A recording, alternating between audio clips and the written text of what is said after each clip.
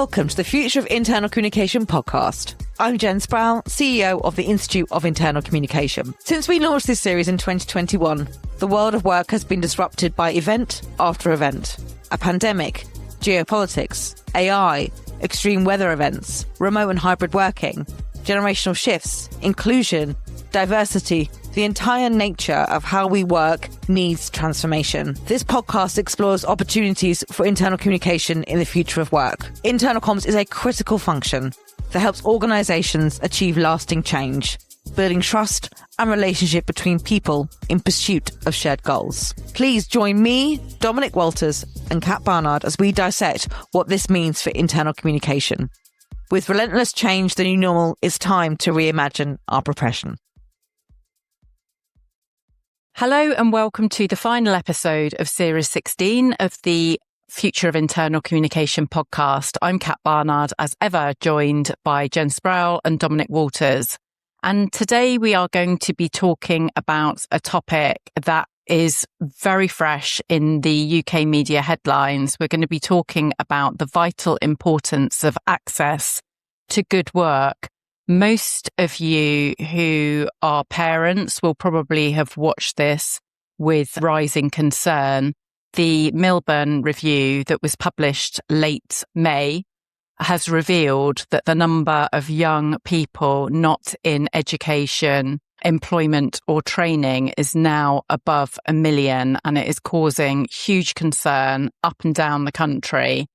And so what I really want to do is have a conversation today that is going to dive into that topic and look at how we as internal communicators can help our employers think more broadly about what can be done to create this fairer world of work. And with that in mind, I'm really delighted to welcome our guest today, Anna Ambrose, who is the Chief Executive of Workwhile, a small charity on a mission to create a fairer world of work.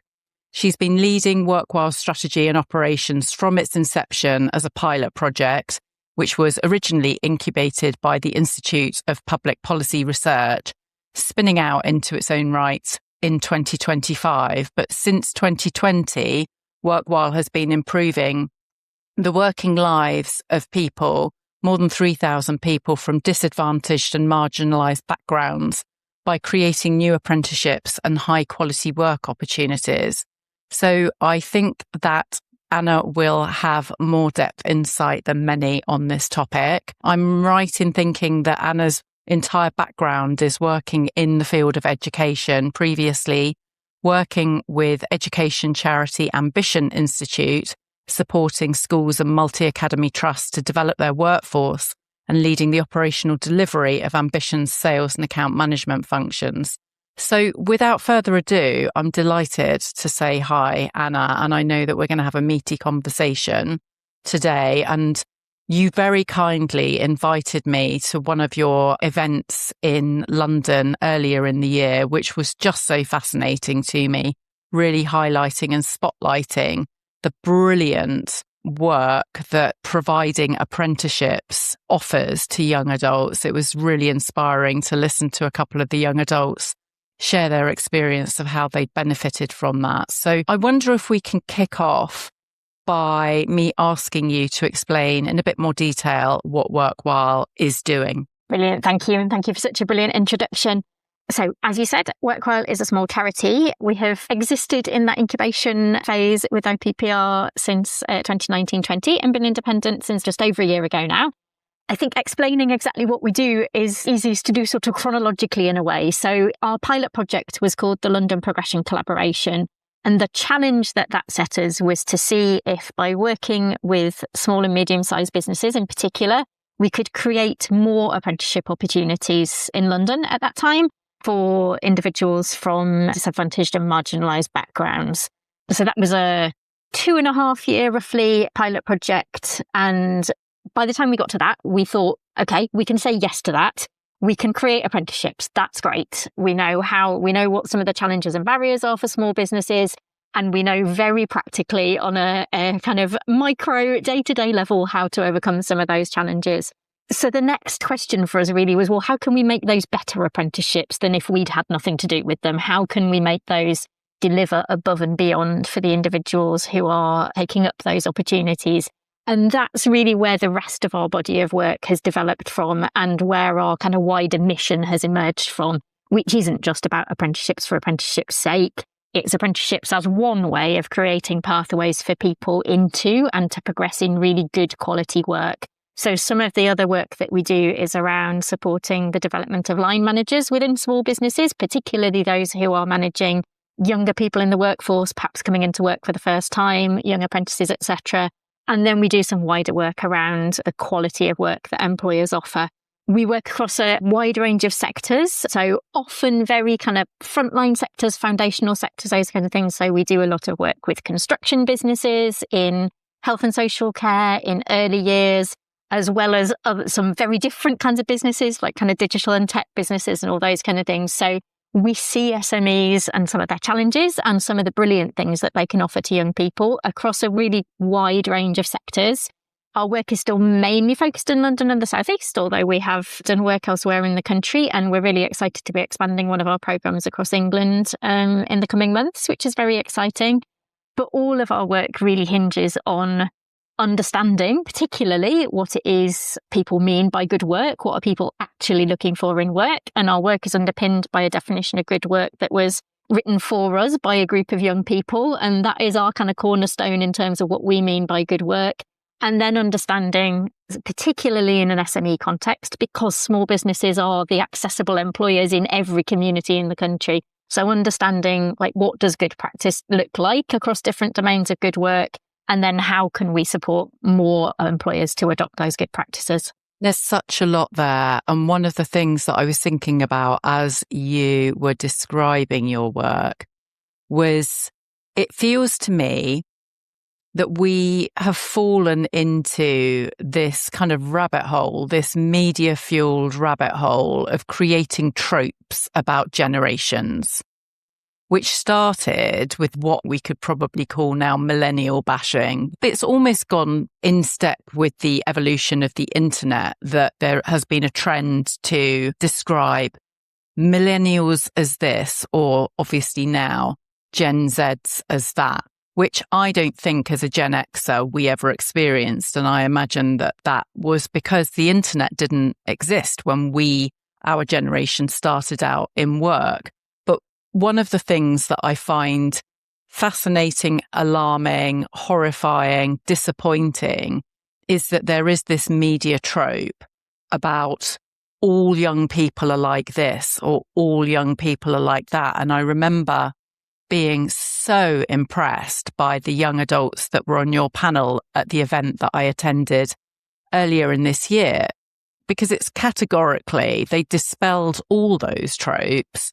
And I think I've heard anecdotally from HR directors as well over the course of the past year that there is a nervousness about training new members of the workforce, because it is felt that they are more challenging and more questioning and more demanding, and existing members of the workforce who might be required to train them don't know how to deal with that.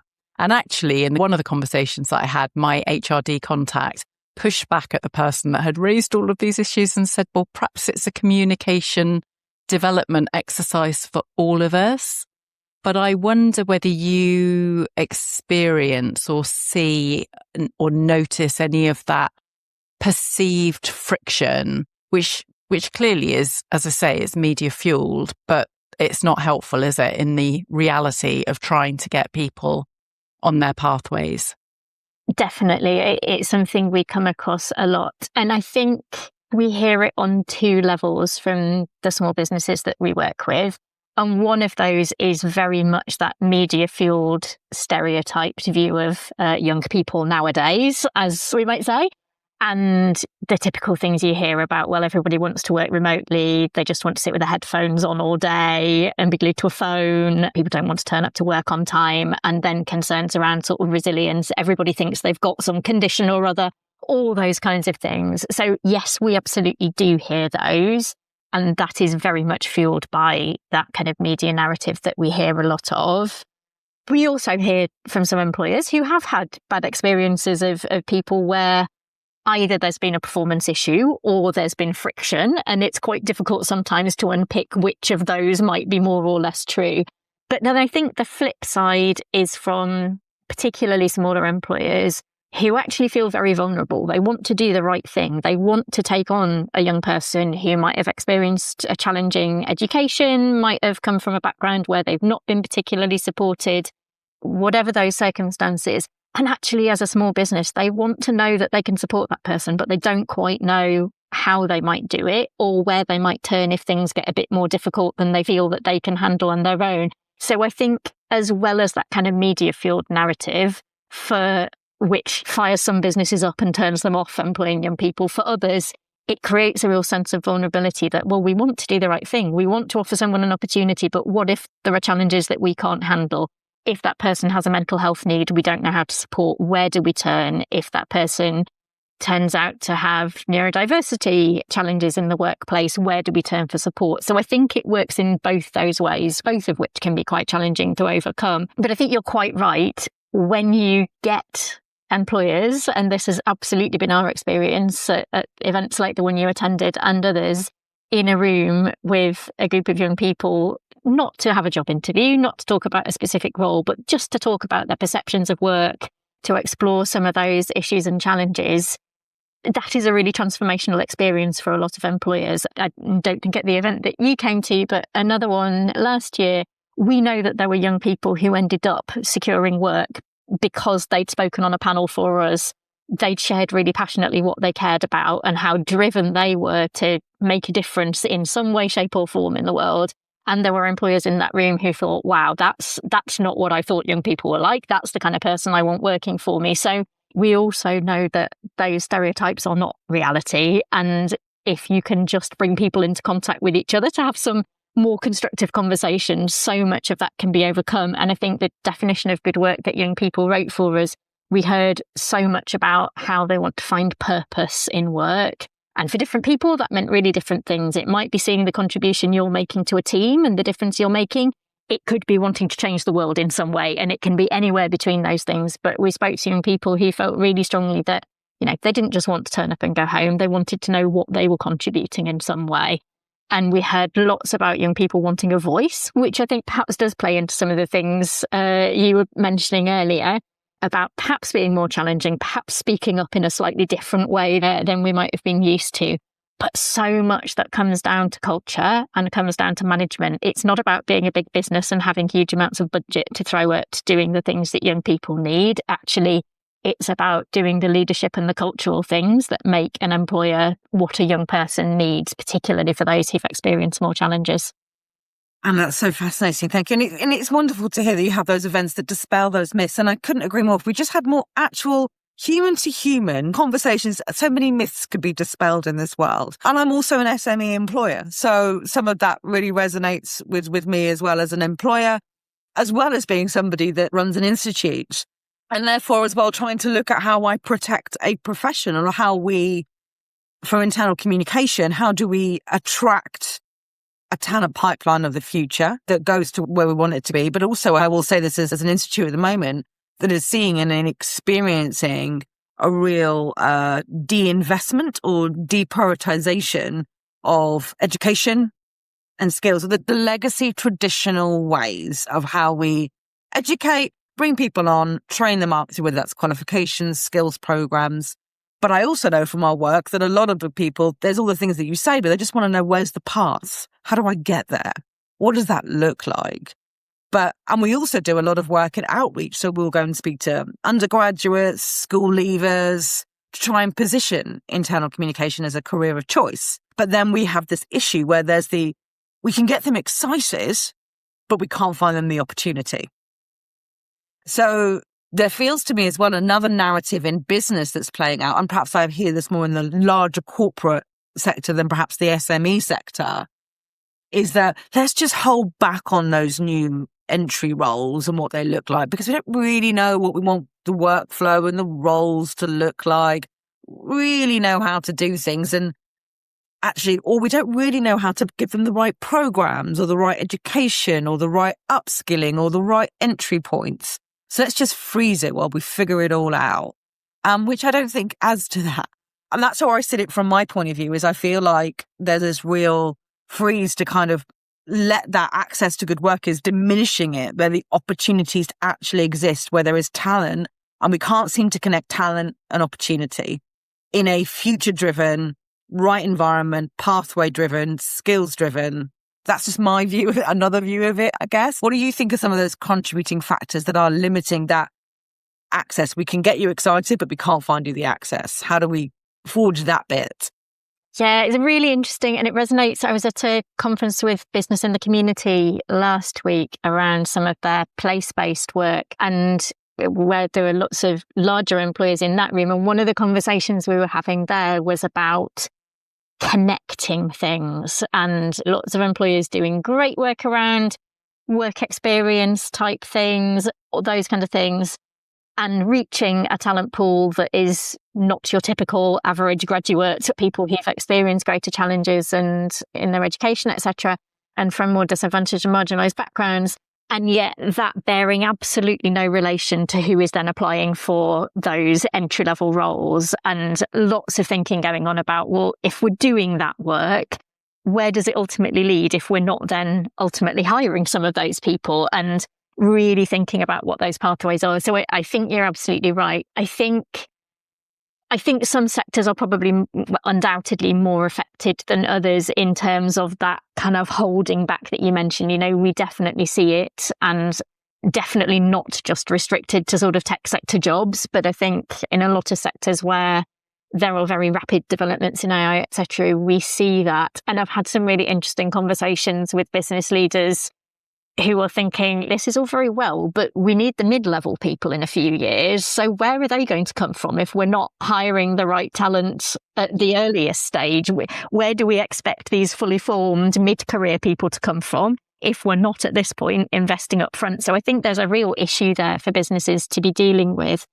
But then I think on the flip side of that, there are some sectors. I mentioned we do a lot of work with early years employers, so childcare employers. We do a lot of work with adult social care employers, where there is no shortage of entry-level roles. But again, there's a kind of disconnect and a pathway challenge in terms of making sure those roles are reaching the young people who need them and are structured in a way in terms of job design, etc., that they do constitute good work and that they are meeting the needs of young people and are not just a job, but are a footstep, a first rung on the ladder of what can be a great career, etc. So I think there's a lot of differences by sector and many different factors driving some of that as well. And other things that contribute, there are some really good government policy changes at the moment, particularly around apprenticeship hiring subsidies for smaller businesses, much more of a push towards the lower level 2 and 3 level apprenticeships, all this kind of thing, which is absolutely in the right direction. But I think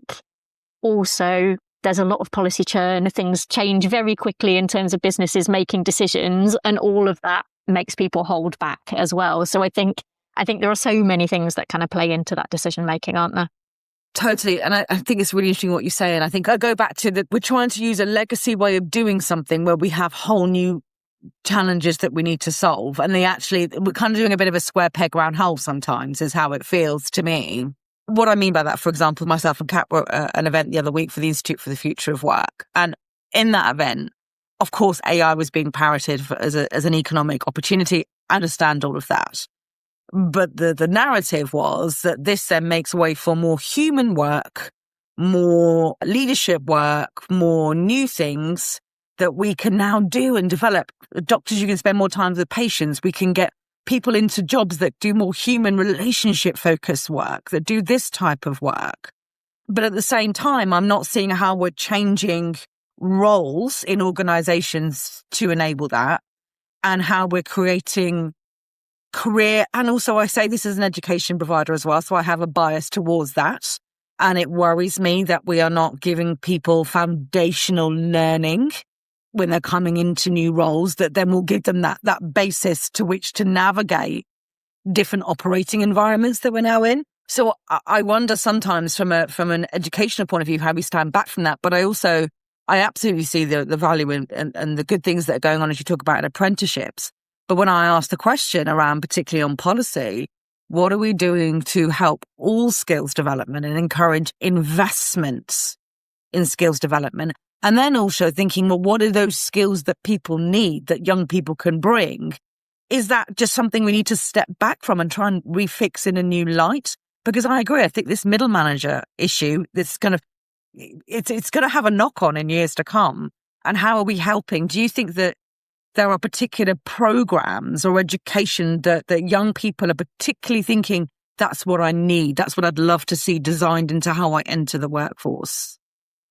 It's a really good question. And I think connectivity between education and employment comes through in the Milburn Review to some extent, doesn't it? In terms of whether young people through our exam system, through our education system, are ultimately being supported to gain the skills that they need for the workplace now, let alone the workplace in another 5 years, another 10 years. And I think you hit on something really important in that it is what we might have termed soft skills, human skills, those things which are more difficult to measure. Mm-hmm. So we tend to ignore them because they don't fit neatly in nice little subject boxes. It is those things which are ultimately going to be, whatever direction some of the current kind of labour market takes, it is those that are going to be really important for young people coming into work, you know, whether it's now, whether it's in 5-10 years, and yet which are somewhat kind of missing. And I think we get stuck in conversation. And as Kat mentioned in the introduction, I've worked a lot with schools, with academy trusts. I'm a chair of governors. So I'm absolutely don't go in for kind of teacher bashing or school bashing to any extent. But I think we get lost in a conversation about, is the purpose of education to prepare people for work? Is it about its intrinsic value? We get into the same conversations when we talk about higher education and the purpose of degrees and all that kind of thing. And I think we get a bit lost in that and forget that actually, ultimately, it's about preparing young people for what their future will look like, in as much as any of us can know that, and thinking really carefully what young people need and in an unknown future. And I think that's the bit that's sort of missing and gets so easily lost because we end up in these kind of quite binary conversations, I think, don't we? Yeah, absolutely. Thank you. That's great. I'll pass to Dom now, I think. Yeah. Oh, thanks so much, Anna. Thank you. And I'd love to know more about your work around defining good work, because some people go through their whole careers not necessarily finding that. And I know you've done a lot of work with young people around it. So you've mentioned, I think, purpose. You mentioned people say, I feel as though I'm contributing. What else would go towards helping us to define good work? And to what degree has that been shaped by what you've learned from young people? Well, 2 questions in one there, sorry. Brilliant. I might just start to answer that by reading you the definition that they wrote for us, actually, if that's okay. Because I think you can unpick it from there, but I think it tells quite a lot. So the definition they wrote for us says that good work means feeling valued, fulfilled and supported. It means being respected and treated fairly in a workplace that's diverse and inclusive, where there's open and honest communication and decent pay. Everyone should have a voice. Good work is done to a high standard and gives you a sense of achievement. It happens in a place where you can make change happen. Good work protects your health and well-being. You're excited to tell your friends and family about good work, not because they ask, but because you're proud of it. Wow. That's what young people told us. And there is so much in there that we can unpack, isn't there? But I think people want to feel proud of what they're doing. They want to go home and want to tell people about, like, what employer wouldn't want that ultimately, for somebody to go home and tell their friends and family about what they've been doing because they're excited about it. And, you know, I think that sense of purpose and making change happen and having a voice, all those things come through so strongly. And the conversation about pay is an interesting one, isn't it? We heard really strongly from the young people that we spoke to that pay is important because they need to live just like anybody else. Not every 18-year-old can carry on living at home. Not every 18-year-old can have others available to support them. So for those very straightforward reasons, pay is important. But they also felt really strongly that it's a sign of respect. It's a sign of being valued.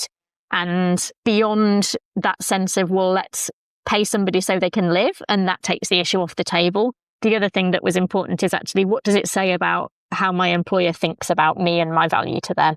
Definitely. And thinking about this from an internal communication point of view, now we talk a lot on this podcast about the future of internal communication.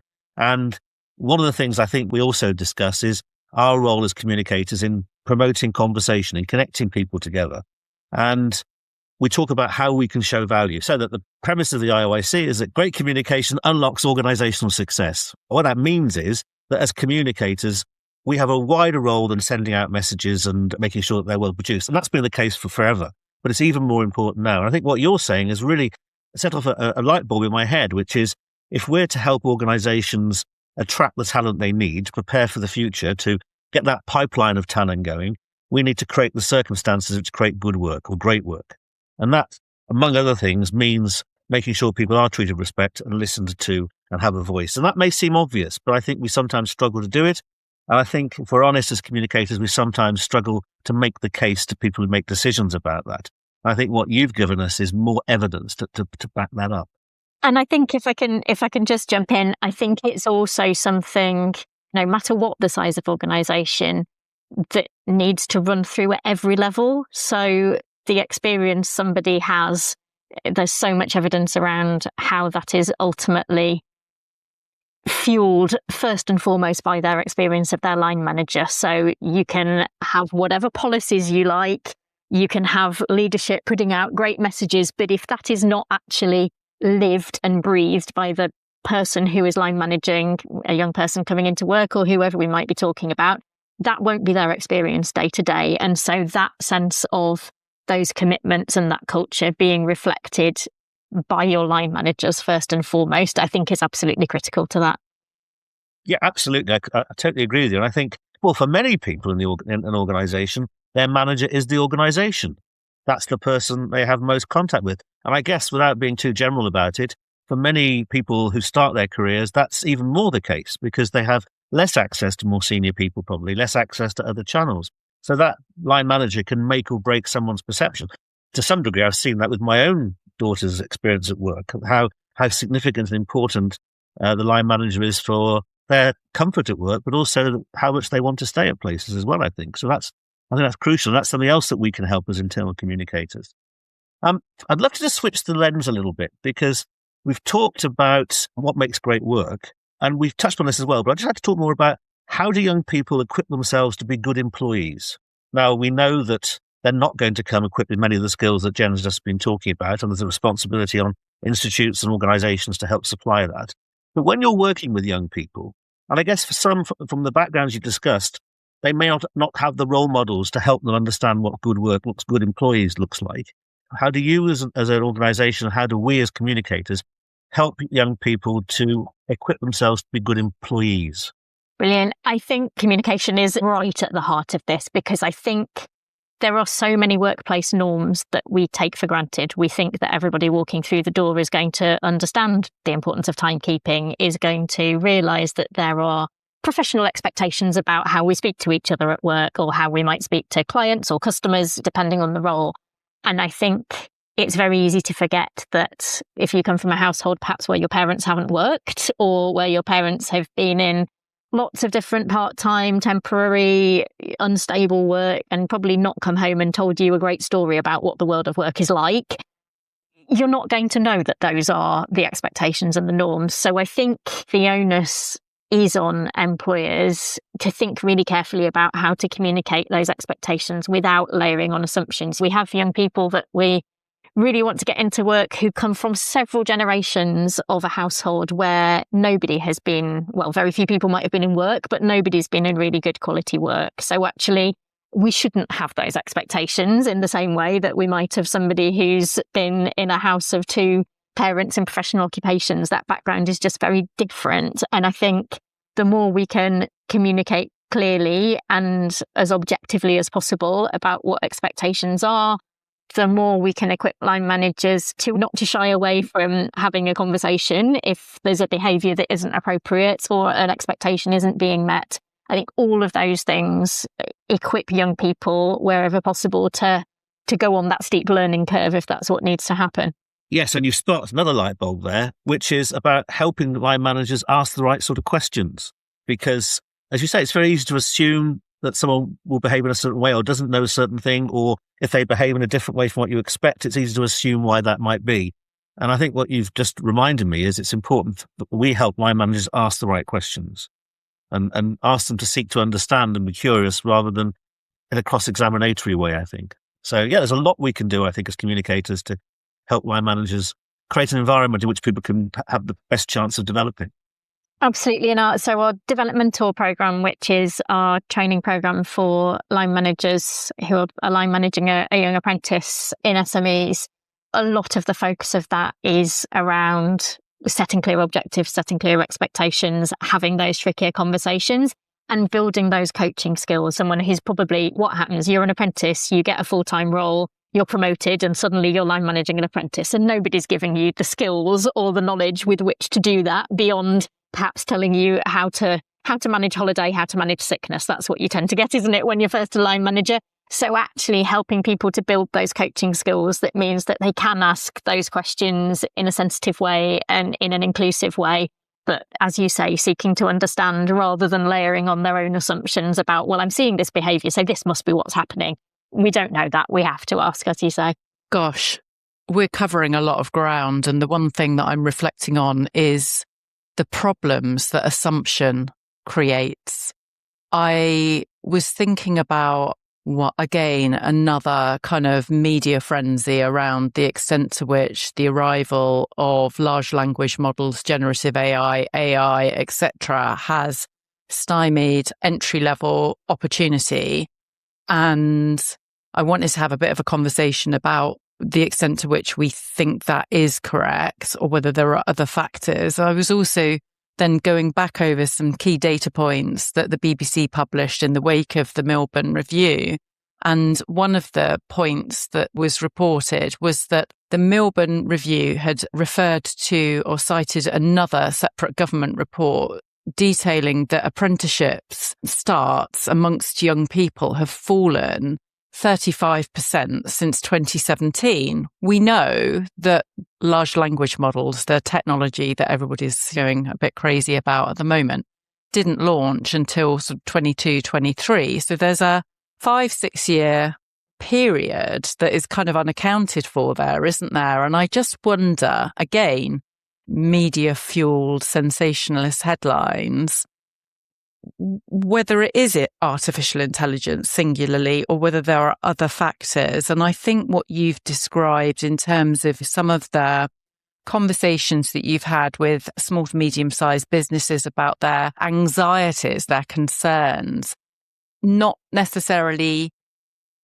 knowing how to welcome a young person into the workplace, not necessarily feeling equipped to deal with a broader range of issues that might go from kind of pastoral care, really, through to how do I effectively transfer skills when I've never done it before, all of those things. But going back to a bit more of a headline, do you think it's singularly AI that is impacting the traditional apprenticeship model, or is it a range of factors? And if it's more broad than the lazy media trope, what are some of the other factors, Anna? So I think you're absolutely right in pinpointing the timing of that drop in apprenticeships, particularly level 2 and 3. There's a bit of I think of it as a bit of a Venn diagram. So there's been a fall in apprenticeships at levels 2 and 3, which are typically those entry-level roles.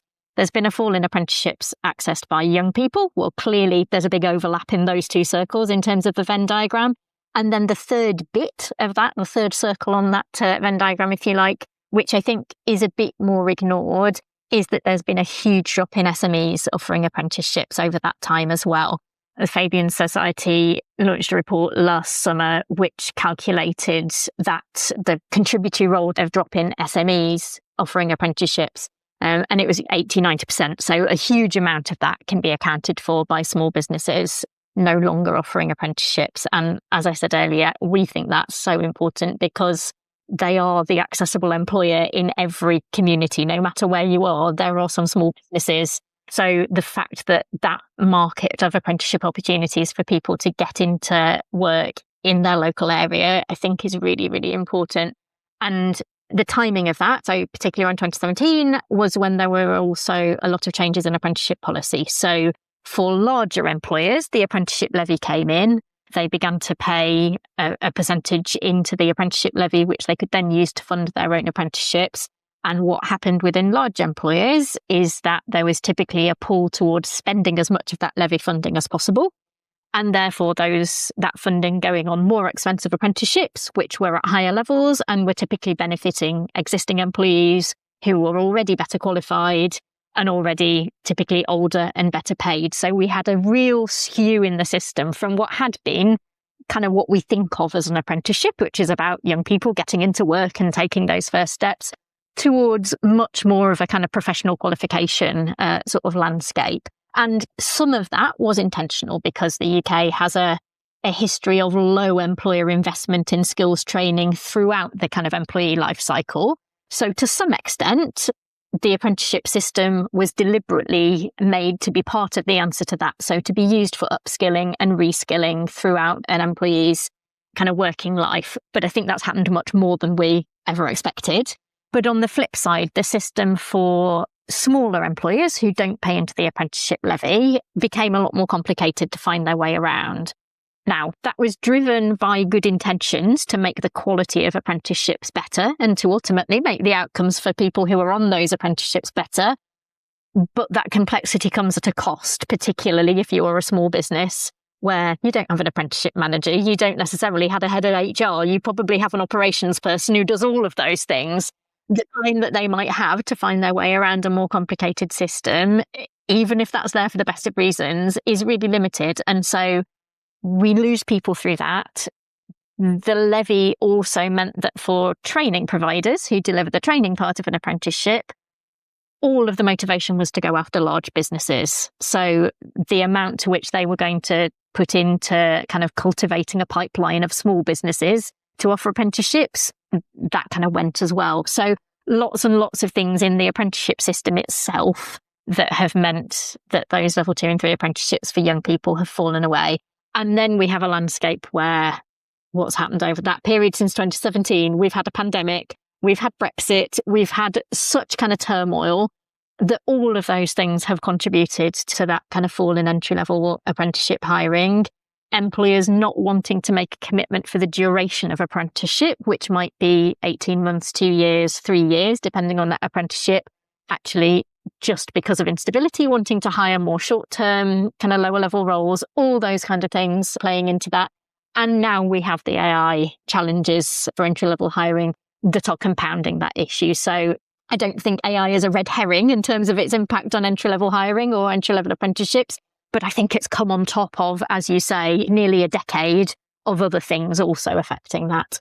And wow, I think it just goes to show, like, just reflecting back, Jen said earlier that we attended a conference in London a couple of weeks ago, which was on artificial intelligence and the future of work. But the reality is that none of these landscapes are simple. They are highly complex and nuanced. And the way in which you have just explained the apprenticeship landscape, I was kind of vaguely aware that the apprenticeship levy hasn't worked or hasn't done what had been hoped for it. But you have just explained it in a very comprehensible way. And bluntly, it makes me think that there's a lot of people who are influencing policy who don't understand the complexity of this landscape. And there's a lot of fiddling, but it's not for the best, because it feels to me, and I don't want to point fingers at anybody, but it feels like it's surface level fiddling, treating problems as though they're complicated and can therefore be remedied, when in fact our problems are now very complex.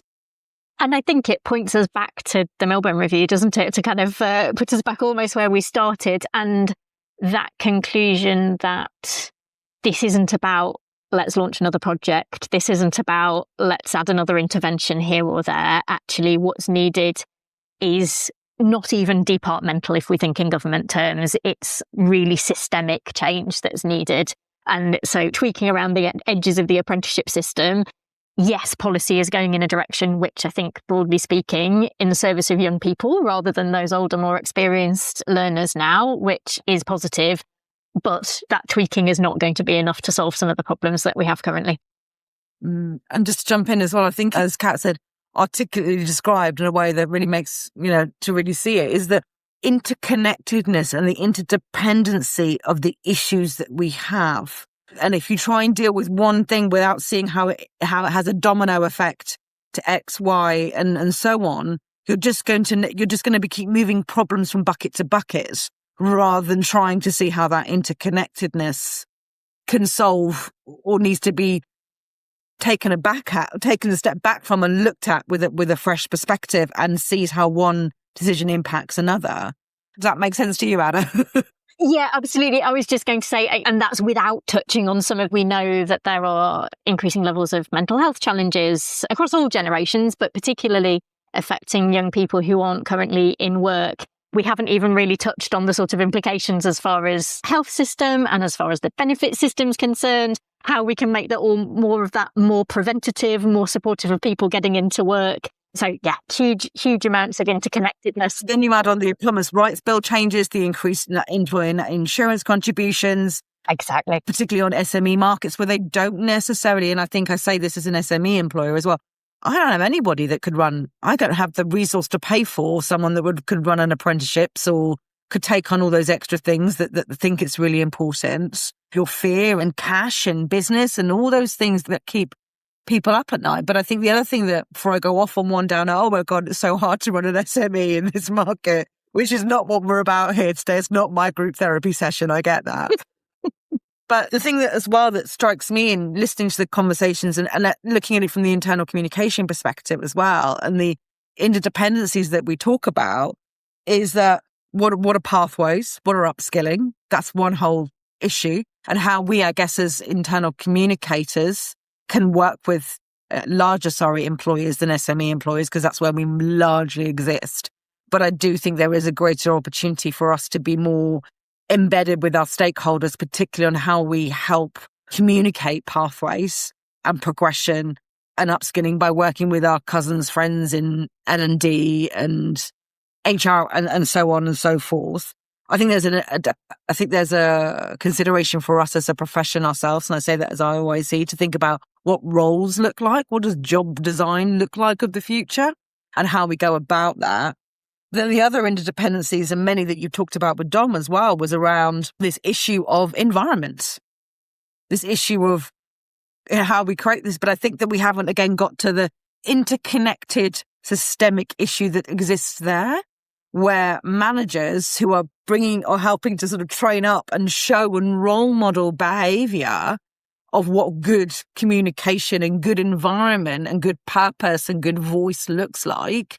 We're not designing that upskilling from entry point, if you like, to understand what good communication as a line manager and good environment looks like, with the reflected complexities that we have more generations, we have more personal traits, we have more issues, all the things that you've talked about.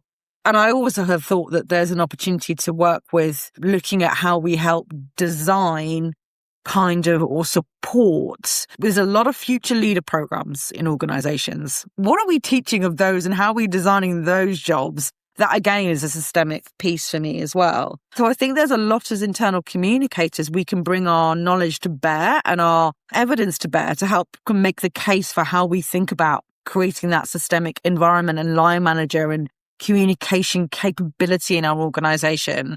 That means that at least when people come in, there's a pathway and a role model and a way that's going to help them succeed. The issue of creating the opportunities is, as you say, also another complexity. And I think there's more interesting work to think that we could educate or help scale. I don't know, education is the right word, but I think you picked up on is that one of the things that we've got coming out as well in a few weeks, which I think is really interesting, is that the workplaces are being built for extroverts, not for introverts.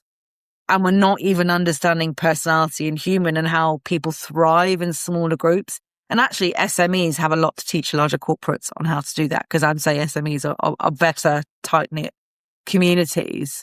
But it is a complex, interdependent, interconnected, systemic issue. But it makes me wonder as internal communicators, and I'm going to throw to Dom now, who's probably going to say this in a much more articulate way, going, how can we think about how we make the case for the conditions for people to thrive? Yes. I couldn't have said it better myself, Jen. How could we do that? But I think as we come into land, some of the things I'm just jotting down what we as internal communication practitioners can do. Now, as some people listen to this will be running their own SMEs. And so they may have, although taking Jen's point about the constraints that many SMEs work in, they may have opportunities to do something more directly.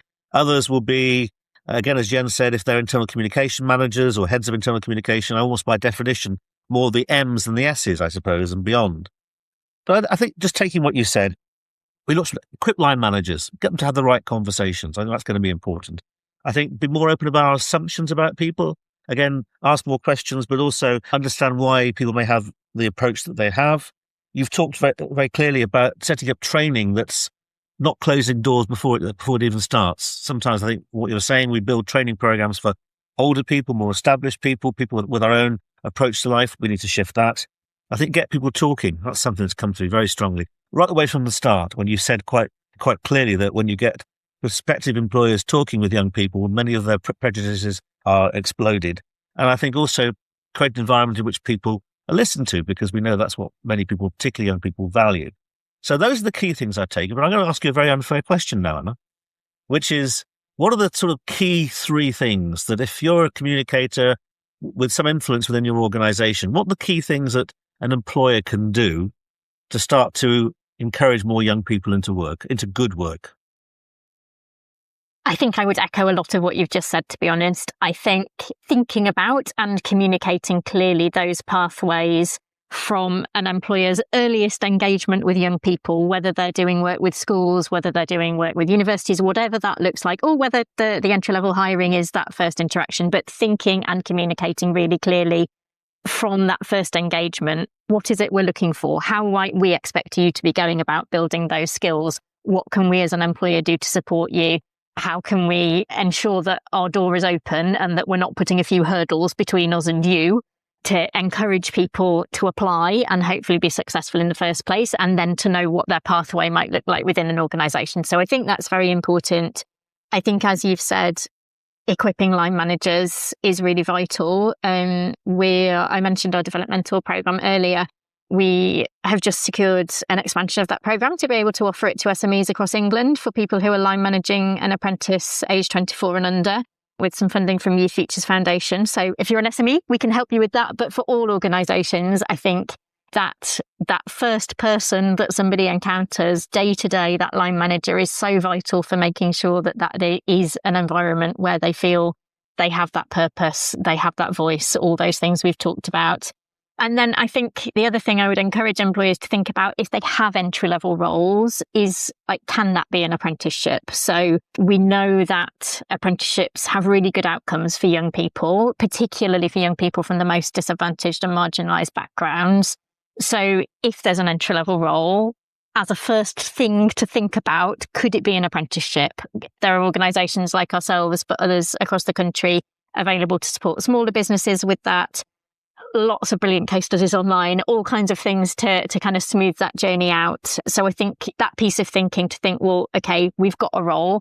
Can we make it a role that has education built into it and that is going to support somebody to build the skills and be ready to progress within work, is really vital too. And of course, out of that reinforces the fact this is not about altruism. It partly is, I suppose, but it's not exclusively about altruism. It's about doing what's right for the business and society as well. So I think that's a fantastic way for us to finish the session. Thank you so much for joining us and for a fascinating and wide-ranging conversation. Anna, thank you. Thank you ever so much. It's been brilliant. Thanks for listening today. If you like what you've heard, please like and follow us wherever you access your podcasts.